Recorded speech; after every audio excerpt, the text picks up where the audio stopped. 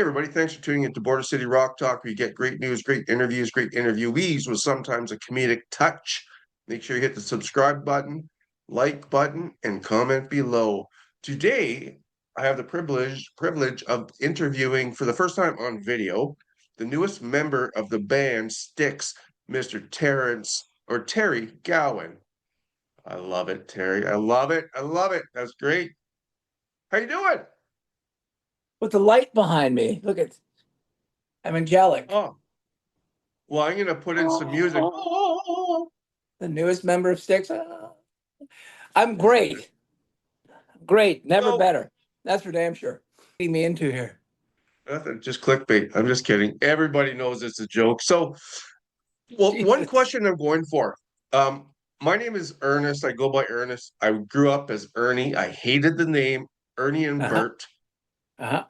Your brother was Gowan, big mainstream star in Canada, and then he went from Larry to Lawrence, but you went from Terrence to Terry. Can you explain that?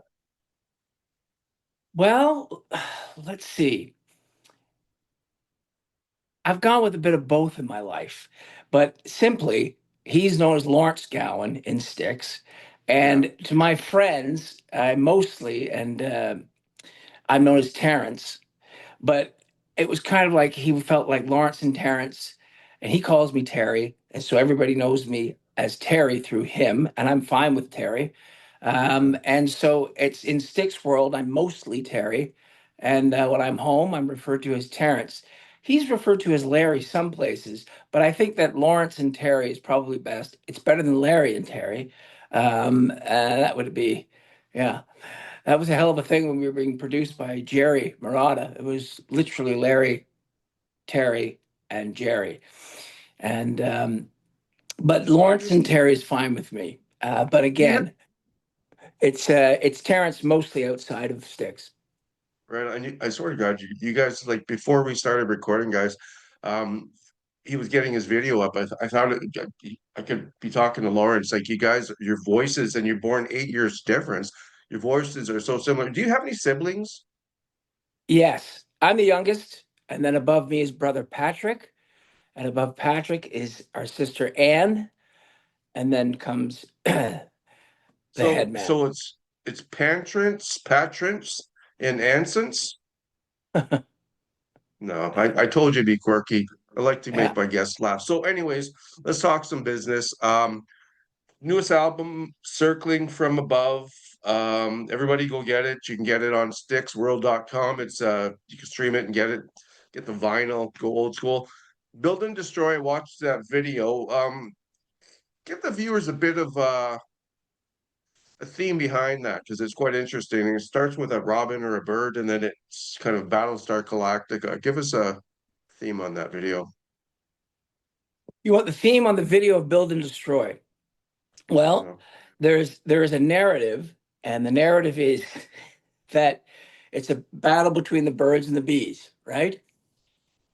And the bees are seen as builders because it's build and destroy, and the birds are in the video seen as destroyers. So it's a battle between the two, and I suppose that's a play on what we have amongst us and the various empires that we've had throughout mankind. Not to get too heavy, but today I think that empires are built on technology, Right. or are built on whatever the newest. Wherever mankind's inventions and Yeah. wherever it's going back from the Industrial Revolution all the way to today. I mean, it was, the Industrial Revolution was called a revolution, right? So Build and Destroy touches on a lot of themes. On the new record, there are songs that are, very nuanced and lyrically and musically. And that song is one of them, certainly. Right. There's a lot of nuance in what that lyric is about. If you look at the opening verse and then you look at the last verse, the opening verse is, I once had a dream to build a machine so fast it broke through the sky, right? Right. And then the last verse is, And now here I am on the ruins I stand of all you dreamers like me. And as you Right. suspect, I often reflect, was this the way it should be? So there's a lot of nuance in it, like I said. And so it's not just specifically one thing. It's not saying that any empire, so to speak, is better or worse than any other. It's just kind of the way it is. Yeah. And if you're watching me, I was just kind of Googling something. I was listening. So Yeah, I felt like I was losing you there. no, you're not. I was I listening. thought you're like, oh, this is boring. I want to get him to No, say more no, not even. clickbait things. No, not any, nothing like that. No, I was going to ask you a question about something, so I wanted to make sure I had the answer. So how long before you got the physical tap to join the band? Was it something that had been talked about for 5 or 6 years before Ricky decided to, or was it last No, it minute? wasn't. Like, It wasn't 5 or 6 years at all. Um, Contrary to your clickbait, I always loved Styx. And I I remember know, we listening know to that. Styx. Yeah, but I remember listening to Styx when I was a kid. Some of my, you know, coming of age, most impressed upon coming of age memories are Styx related. I remember, being in cars for the first time, having a license, and what that led to. You could go into a car with, with a date or with a girl, and the radio was dominated by Styx at that time. So Yeah, I remember the first time I really heard Styx. I'm going to get into this for a second. yeah, The for first sure. time I really heard Styx, I remember even where it was and who it was. There's a guy I knew named Craig Carcroft, and he would have people over as we had in Scarborough growing up. It was all we're music crazy, and I remember back then it was what are we doing tonight, and somebody might hold up an album, and it might be a Rush album, and they'd say we're doing Yeah, this, and it'd be like we're going to listen to this album tonight. And so I remember Craig Carcroft brought the album The Grand Illusion to school, and he showed it to me. And I remember looking at it, and I hadn't really heard them yet. I think I might have heard Lady in some basement somewhere, and I thought they sound really good. Their vocals sound really good, and they sound refined and distinguished and cool. And I remember walking down when I arrived at his house. I remember walking down the steps into the basement, and the song "The Grand Illusion" was blasting, and he was seated yeah, beside the speakers, and he was air drumming to the song "The Grand Illusion." I came down the stairs and I stood there, and I remember thinking, yeah, this is a band to be reckoned with. They're real, yeah, and they're here. Um, it took a lot when we were kids, to break into our taste, because even then we were very specific about what we liked, the yeah, kind of music that compelled us, and yeah. so I was drawn into that immediately. And as I said, and then as they progressed through the years, and so getting to where you were, asking about how many years before Ricky retired, I had done so many shows with Styx, sorry, with Gowan, not Styx, with Styx drummer, the great Todd Zuckerman, Yeah. up in Canada, and we got on very well in terms of our points of reference musically, and again equally on the stage and playing together. We just got along very, very well.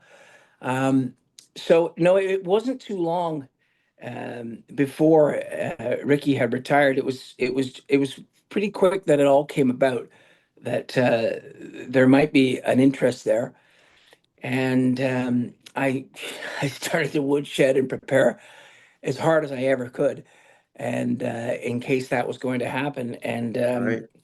and then it did, but it all came around very pretty quickly. But I Pretty never had seamless. any. What's that? I Pretty it felt seamless. Yeah, it felt seamless. It's often felt like I've been here longer than I have. It just Yeah, feels like these are people I've known, and it yeah, feels like it's such a natural setting yeah. for all of us. We're very comfortable around one another. And then to make the new record over this past year, I mean, that was just, like I said, getting back to walking down those stairs into the basement of Craig Carcroft's house, and he's playing The Grand Illusion, to making the record with them. And now we're performing the album, The Grand Illusion. I mean, even as these words are coming out of my mouth, it feels like a dream. So Wow. it's truly a dream come true. It really is. Yeah. Yeah. I mean, seeing your brother in the band for, I don't know, 2 decades, and I mean, thinking I'm sure you've seen hundreds of shows. My favorite, well, my introduction to Styx back then was Mr. Botto for kind of a harder song. Well, not really harder, but Don't Let It End. I'm into hard rock ballads though, but Don't Let It End was Yeah. one of my favorites as well. But then Yep. a buddy of mine, I'll give him a plug. Donnie Dupuis loved Styx growing up, and I slowly got into Styx more and more. And the first time I saw them was Island Resort and Casino, Harris, Michigan, about a year ago. Terry, thanks Terry Gleason for setting this up. By the way, got tickets for that. Thanks, It was Terry. amazing. It was an amazing show you guys put on. So everybody got to go out and see Styx. So, um, you're obviously been in music all of your life, performing and working with some greats. Well, Randy Bachman, just one Yep. on the top of my head. Um, what what kind of music did you grow up listening to? I know Lawrence was kind of into pop, but what were you listening to growing up? We're I mean, pop is a widespreading term, right? But I mean, Well, it's not heavy it would, metal. it's not heavy metal. No, I would Yeah. say that, I'd say it definitely starts with the Beatles for me, of course. And they're still probably my absolute favorite. They are. But it starts there and then it starts to branch out as your musicality starts to become a little more nourished by bands like, prog bands, really, like Yes and Genesis. Spinal Tap. I Spinal. Yeah, I really like their music actually. That's one of They're coming out the. with a new movie. Yeah, I know it's great. It's amazing they're doing that. I mean, the thing that makes Spinal Tap so good is the songs are so good. It wouldn't be great if the songs were just, but they're terrific. Yeah, What was yeah. it? They did a new song recently. I'm always compelled by lyrics. Uh, Well, just think was of the any album? Steel Panther song, and it's probably similar. Yeah, well, maybe, but what was it? It was the song was called "We're Back from the Dead," and the opening line was "Give me reincarnation or give me death." And it's like that's so funny. You know what's funny? I got to tell you, I try to incorporate their jokes into my joke to pretending they're my own. But you remember in the movie when they talked about how they formed? They were called the Originals. Oh yeah, that's right. And then he said, but there's another band in East London called the Originals. And then we changed our name to the Regulars. But then we thought, well, what's the point? So we just reinvented ourselves as the new Originals.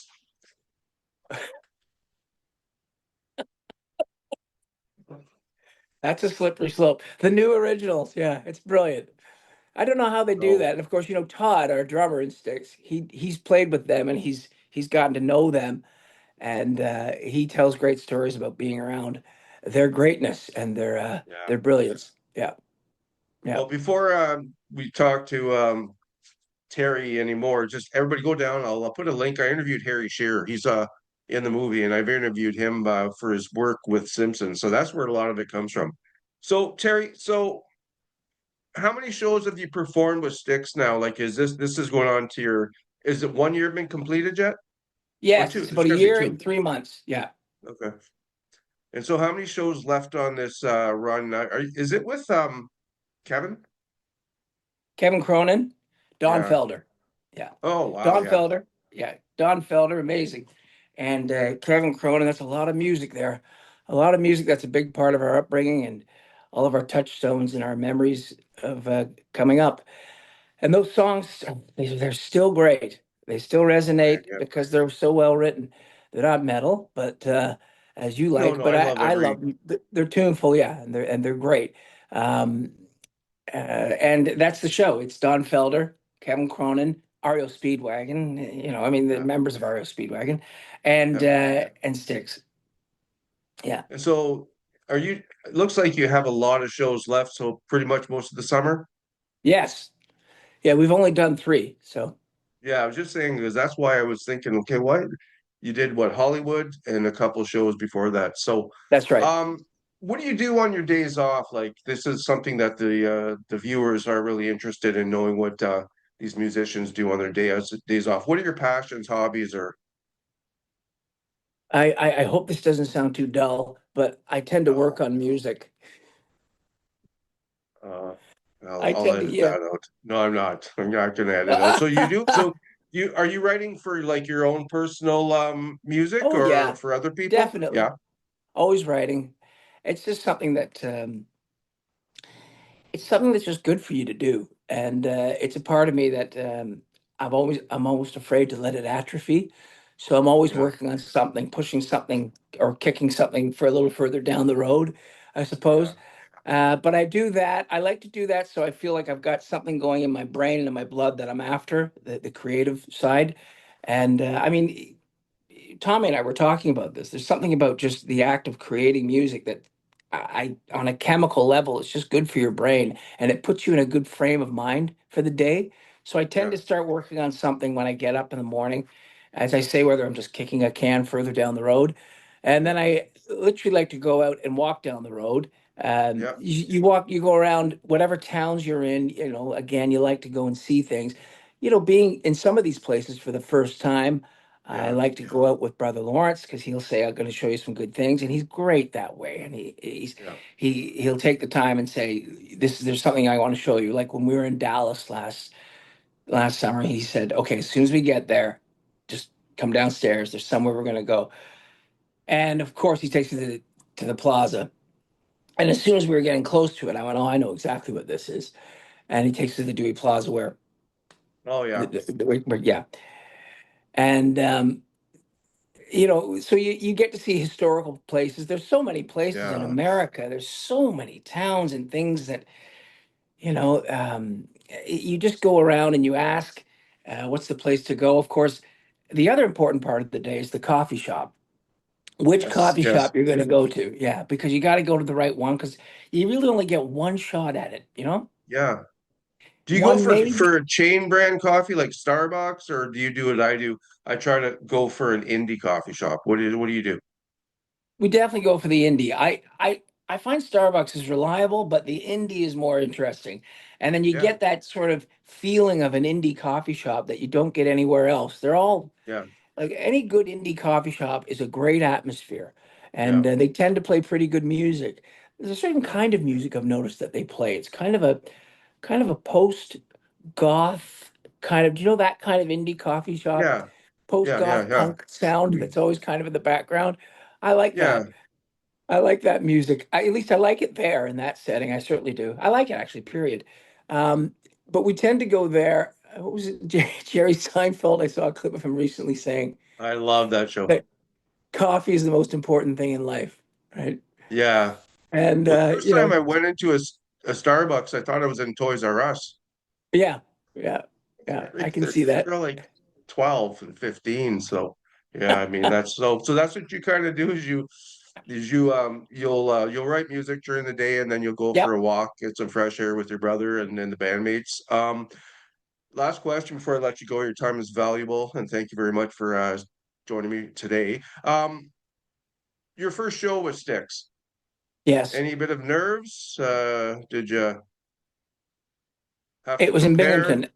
There was definitely a lot of nerves. I was prepared, prepared, prepared. I could play any of the songs from any measure, like not just from starting at the top. I really, really worked so hard knowing that I was going to be nervous. And sometimes I've found, if I can pass this on as a bit of advice to anybody that ever has to go through anything, whether you're a musician or if you have to give a speech or something, Mhm. I think knowing that you're going to be nervous is a good approach and is a good way of attempting it. I knew I was going to be nervous.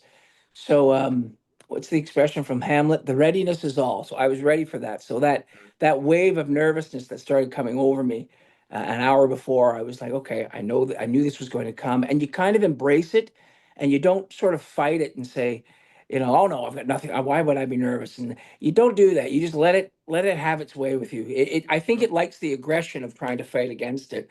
Yeah. So I was nervous enough, and then about yeah, I remember it so vividly when I was called in to do our vocal warm up because we do this vocal warm up before every show. That's about 15 minutes long. When I was called into the to Tommy and Will's and Lawrence's room, and we all stood there doing the vocal warm up, just looking around, thinking that I was about to walk out on stage as a member of Styx again, Yeah. the band that I listened to as a touchstone from my teenage years that I Yeah. loved. Craig Carcroft's house, The Grand Illusion. Da, da, da, da, as I came down the stairs, I was about to walk out on the stage. with that band with Styx behind me. So yeah, I was plenty nervous, and then kind of cooled me down a bit when their manager Charlie, who's just the best, our manager, um, they handed me the phone just as we are about to walk out, and I'm going doing this, going, yeah, I'm okay, going, I'm okay, okay, here we go, like this, and they handed me the phone. They said, Charlie has something he wants to say to you, and I'm thinking it's going to be, something positive and something great. And am I allowed to swear on your show? Absolutely. Did he say don't fuck it up? Yeah. I get the phone. He goes, No. hey, Terry. Yeah, Terry. Yeah.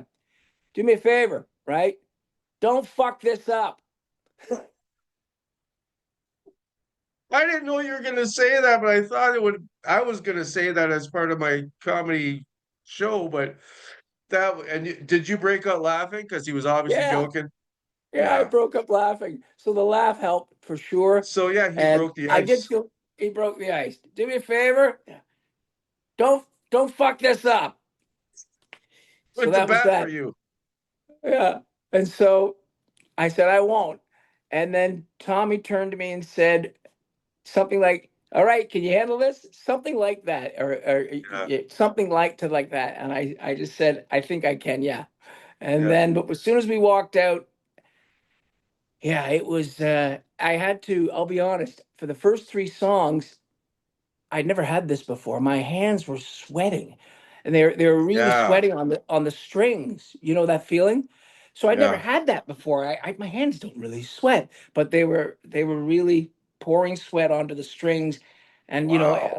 I was playing, going, okay, come on, my hands are sliding, and it was only like the second song in, at the end of the second song or third song, that I had the brains to go, oh, maybe just wipe your hands on your pants there. Yeah, that's a And there good, you yeah. go. After, That's a yeah, that good would work. that's a good idea. Yeah. The body is So only 90% water, so just keep yeah, it. just keep Well, doing that. thank God they were thick bass strings because if that would have Yeah, happened on a six or a seven string and well, everything could have went to shit yeah. for sure. This is not the indie coffee, by the way. No, that's hotel coffee. No, it is. Yeah, that's Starbucks. That's okay. No, We'll no, edit that out. it's No, hotel but if you coffee. turn it around, it says Starbucks. Oh, they gave us those cups. Sorry. Hang on. Oh yeah, just This, the cups. ready? This is Yeah. not, this is hotel coffee. I call it the coffee to get to the coffee. Well, I'm a good editor, so that's going to be Border City Rock Talk coffee when this gets uploaded. Is that good? Yeah, it looks great. So thanks for your time, my friend. I always ask my my guests favorite Canadian band, rocker, artist besides Rush. Everybody says Rush. Or you Yeah. know what? I Any would say band. What's your I favorite know my band? answer. What's that? Any band doesn't have to be Canadian. Can it be an artist, Yeah, yeah. songwriter? It would be Leonard Cohen. Yeah, and you've worked with him too. So yeah. Yes, I did. I did. It was Yeah. incredible. His Rest in songwriting peace, is Leonard, yes, his songwriting would be my favorite. Yeah. for sure. Okay, so last question. What's the opposite of unsubscribe? Subscribe. Everybody do is the newest member. Well, he's not too new anymore. Terry Gowan from Styx says and subscribe to the channel, or he's going to kick your ass, or his brother Lawrence is going to kick your ass. Oh my God, you're hilarious, man. Hey, buddy, thanks for your. Oh, what's your buddy's name? The one you mentioned like four times in the interview, Craig. Oh, Craig. His name was Craig Carcriff. I don't know where he is these days. Craig, yeah. Okay, well, if I can find him on Facebook, he's probably going to want royalties because you mentioned him four times. So, Oh, sorry and about the that. interview, though, Well, it that's seemed okay. appropriate. Yeah. Yeah. Well, Yeah. memories, right? Growing up. Well, there's another name I'm going to put in then. The other name will be the first time I really heard Styx properly, though, was in the back of my good friend Greg McMullen. His older brother, we called him Corky. He was the guy with the great Trans Am that had this Oh yeah, he had this incredible stereo in it that was that was it. just Yeah. that was it. And so he'd take us in the back of the car, and we all go for a spin, and he would crank songs. And The Grand Illusion was an album he would crank. So I remember Come Sail Away. I remember it just sounded so fantastic in the back of his car, of that Trans Am. as we drove around. I heard a lot of music for the first time in that Trans Am. And Yeah. so that would be Greg McMullen's older brother as well. Actually, him and Craig lived around the corner, one to the other as well. A lot of Well, I'll Styx going just send around. the video to everybody on that block. Yeah, there you go.